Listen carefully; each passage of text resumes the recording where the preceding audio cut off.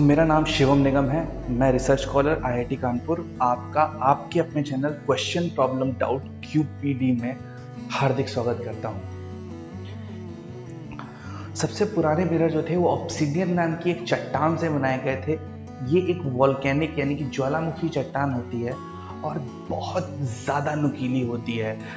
जब हम सुई के बारे में बात करेंगे, इंजेक्शन के बारे में बात करेंगे, तब हम इसके बारे में ज़रूर बात करेंगे कैसे ऑब्सिडियन सबसे शार्पेस्ट चीज़ अवेलेबल थी उस समय। मगर उस टाइम पे ऑब्सिडियन के जो ग्लास थे उसको घिस करके, उसको तराश करके उससे मिरर बनाए गए, सबसे पुराने मिरर।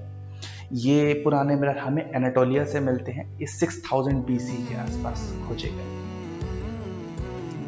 इसके बाद हम बात करते हैं 2900 साल ईसा पूर्व इजिप्ट के बारे में। तो इजिप्ट में लोग ब्रॉन्ज के शेप के राउंड डिस्क का प्रयोग करते थे और जैसे कि आप इस चित्र में देख सकते हैं, ये बहुत अच्छी क्वालिटी के मिरर हुआ करते थे। फिर 2000 ईसा पूर्व में चाइना ने अपने डिफरेंट टाइप के मिरर को बनाया। जैसे कि आप एक चित्र में देख सकते हैं, चाइना में भी पुराने प्रकार के दर्पण प्राप्त हुए हैं। तो अपने देश भारत की बात करते हैं। जैसे कि चाणक्य नीति में कहे गए हैं, यस्य नास्ति स्वयं प्रज्ञा शास्त्रम तस्य करोति किम लोभनाभ्याम विहीनस्य दर्पणम किम करिष्यति। अर्थात जिसके पास अपनी बुद्धि नहीं होती, शास्त्र उसका कोई भी भला नहीं कर सकते। उसी प्रकार जो भी अंधा होता है उसके लिए दर्पण का कोई उपयोग नहीं।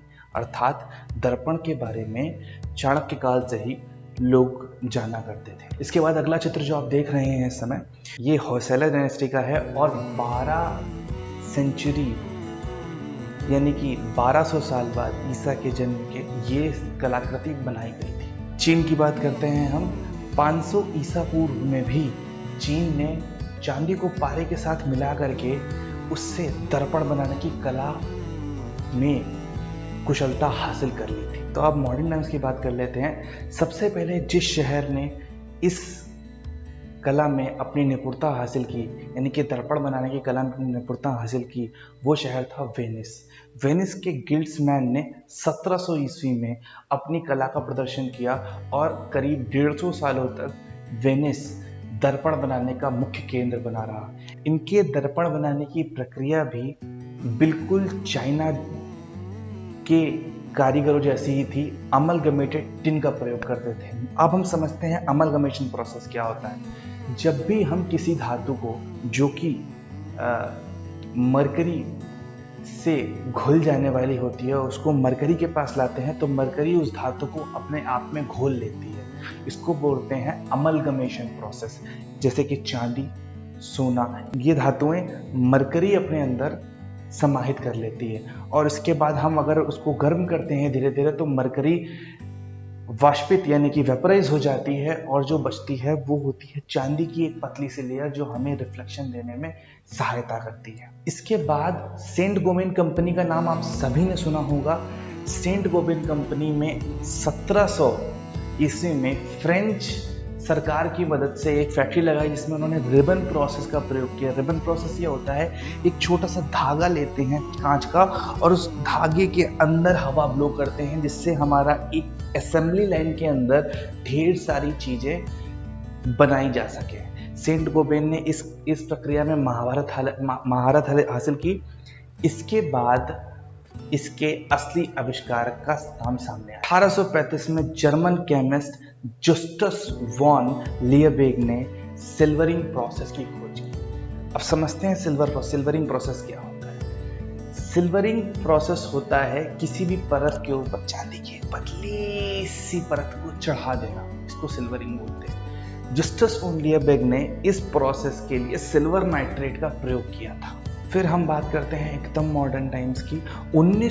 सन 1900 के आसपास इलेक्ट्रोप्लेटिंग स्टार्ट हो गई थी, यानी कि विद्युत का प्रयोग करके हम दो जगह, एक जगह बैटरी का पॉजिटिव, एक जगह बैटरी का नेगेटिव टर्मिनल टच करा देते हैं और चांदी के छोटे छोटे कण निकल के हमारी प्लेट के ऊपर एक पतली सी चांदी की लेयर बना लेते हैं। इससे हमारी चांदी का खर्च भी कम होता है और हमें बहुत अच्छी प्रतिबिंब प्राप्त होते हैं। इसके बाद इससे भी कम चांदी प्रयोग करने का एक नया मेथड आया जिसको बोला स्पटरिंग मेथड। स्पटरिंग मेथड कुछ वैसा ही है जैसे कि हम किसी गीली मिट्टी के ऊपर पानी की एक तेज धार मारते हैं और कुछ मिट्टी के कण उड़ के कहीं और जाके लग जाते हैं। इसी तरीके से हम जब धातु को गर्म करते हैं और उसके ऊपर से एक इलेक्ट्रॉन गन से हम बहुत ज्यादा विभव यानी कि पोटेंशियल डिफरेंस क्रिएट कर देते हैं तो मेटल के कण उड़ करके जा करके चिपक जाते हैं सरफेस पे जो भी हमने रखी है। इस प्रक्रिया को स्पटरिंग बोलते हैं और स्पटरिंग प्रक्रिया से और भी कम चांदी प्रयोग होती है जिसको कि 1926 में मास्टर। इसके बाद सबसे आधुनिक चीज जो बनाई वो बनाई John D strong. John D strong ने एल्यूमिनियम कोटेड मिरर्स का प्रयोग किया। एल्यूमिनियम कोटेड मिरर्स का प्रयोग आज भी टेलीस्कोप में किया जाता है। जॉन डी स्ट्रॉन्ग को इसके लिए कई सारे पुरस्कारों से भी सम्मानित किया गया। John D strong is a very big name in mirror industry. अब हम बात करते हैं लॉज ऑफ रिफ्लेक्शन की कि ये काम कैसे करता है आखिर। तो आइए बहुत आसान भाषा में समझते हैं कि ये दर्पण काम कैसे करता है। हम इस उंगली के सबसे आगे वाले हिस्से को मानते हैं कि हमें इसे देखना है। तो यहाँ से अगर हम दर्पण के अंदर कोई प्रकाश की किरण यानी कि लाइट रे भेजते हैं तो वो ऐसे जाती है और उससे बाद ऐसे रिफ्लेक्ट होती है। तो अगर कोई आंख इस जगह पे है और वो इस उंगली को देखने का प्रयास कर रही है तो उसको ये दिखाई देगा कि ये लाइट जो है वो ऐसे जाके ऐसे ना आकर के वो इधर से कहीं से आ रही है और जिससे उसको उंगली इस शीशे के अंदर की तरफ पीछे दिखाई देगी। ये एक आभासी प्रतिबिंब होता है और इसी तरीके से हमें लगता है कि इस शीशे की दीवार के पीछे एक अलग दुनिया है जो कि इसी दुनिया की एकदम सेम है और यही दर्पण के काम करने का तरीका है। अब हम ये जानने का प्रयास करते हैं कि हम औद्योगिक यानी कि इंडस्ट्रियल रूप से दर्पण का निर्माण कैसे कर। सबसे पहले हम ग्लास की एक लेयर लेते हैं और उसके ऊपर सीरियम ऑक्साइड की पॉलिश कर देते हैं जिससे ग्लास की सतह जो है एकदम स्मूथ और साफ हो जाए। सीरियम ऑक्साइड एक घर्षण करने वाला पदार्थ होता है और उससे हम उसकी सतह को एकदम साफ कर देते हैं। उस साफ सतह पे फिर हम टिन की एक लेयर यानी कि SM टिन की एक लेयर स्प्रे करते हैं। टिन मेटल की लेयर जैसे ही उस ग्लास की सरफेस को छूती है वो तुरंत सॉलिडिफाई हो जाती है और टिन का प्रयोग हम इसलिए करते हैं जिससे कि सिल्वर यानी कि चांदी हमारी ग्लास यानी कि कांच की उस सतह से चिपक सके। बिना टिन के प्रयोग किए कांच उसकी सतह से नहीं चिपकेगा। तो टिन के प्रयोग के बाद हम फिर चांदी की एक लेयर लगाते हैं।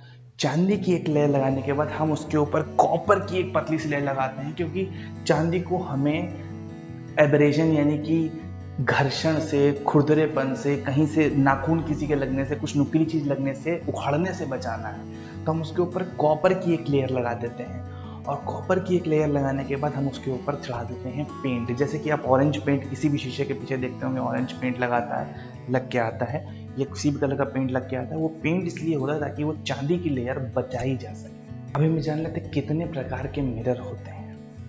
तो वैज्ञानिक तौर पे मिरर तो 3 प्रकार के होते हैं। फ्लैट मिरर्स, कॉन्वेक्स मिरर जिसके आगे एक ढली हुई सतह हो, कॉन्वेक्स मिरर, और कॉनकेव मिरर जिसमें केव टाइप की यानी कि गुफा टाइप की बनती हो, कॉनकेव मिरर। अब हम बात कर लेते हैं मिरर की किस किस जगह मिरर प्रयोग होते हैं उस हिसाब से। तो सबसे ज़्यादा मिरर का प्रयोग होता है हमारी गाड़ियों में, बैक मिरर के फॉर्म में। ये पीछे से कौन सी गाड़ी आ रही है उसको देखने के 50% के आसपास जो शीशे की खपत होती है वो सिर्फ ऑटोमोटिव इंडस्ट्रीज में होती है।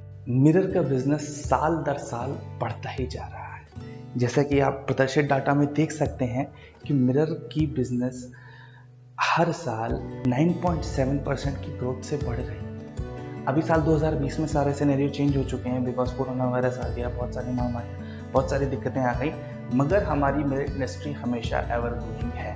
भारत की बात कर लेते हैं, 1.2 मिलियन टन दर्पण भारत में हर साल निर्मित किया जाता है, जिसमें से 70% यानी कि 77% दर्पण भारत खुद कंज्यूम कर लेता है, खुद से प्रयोग कर लेता है।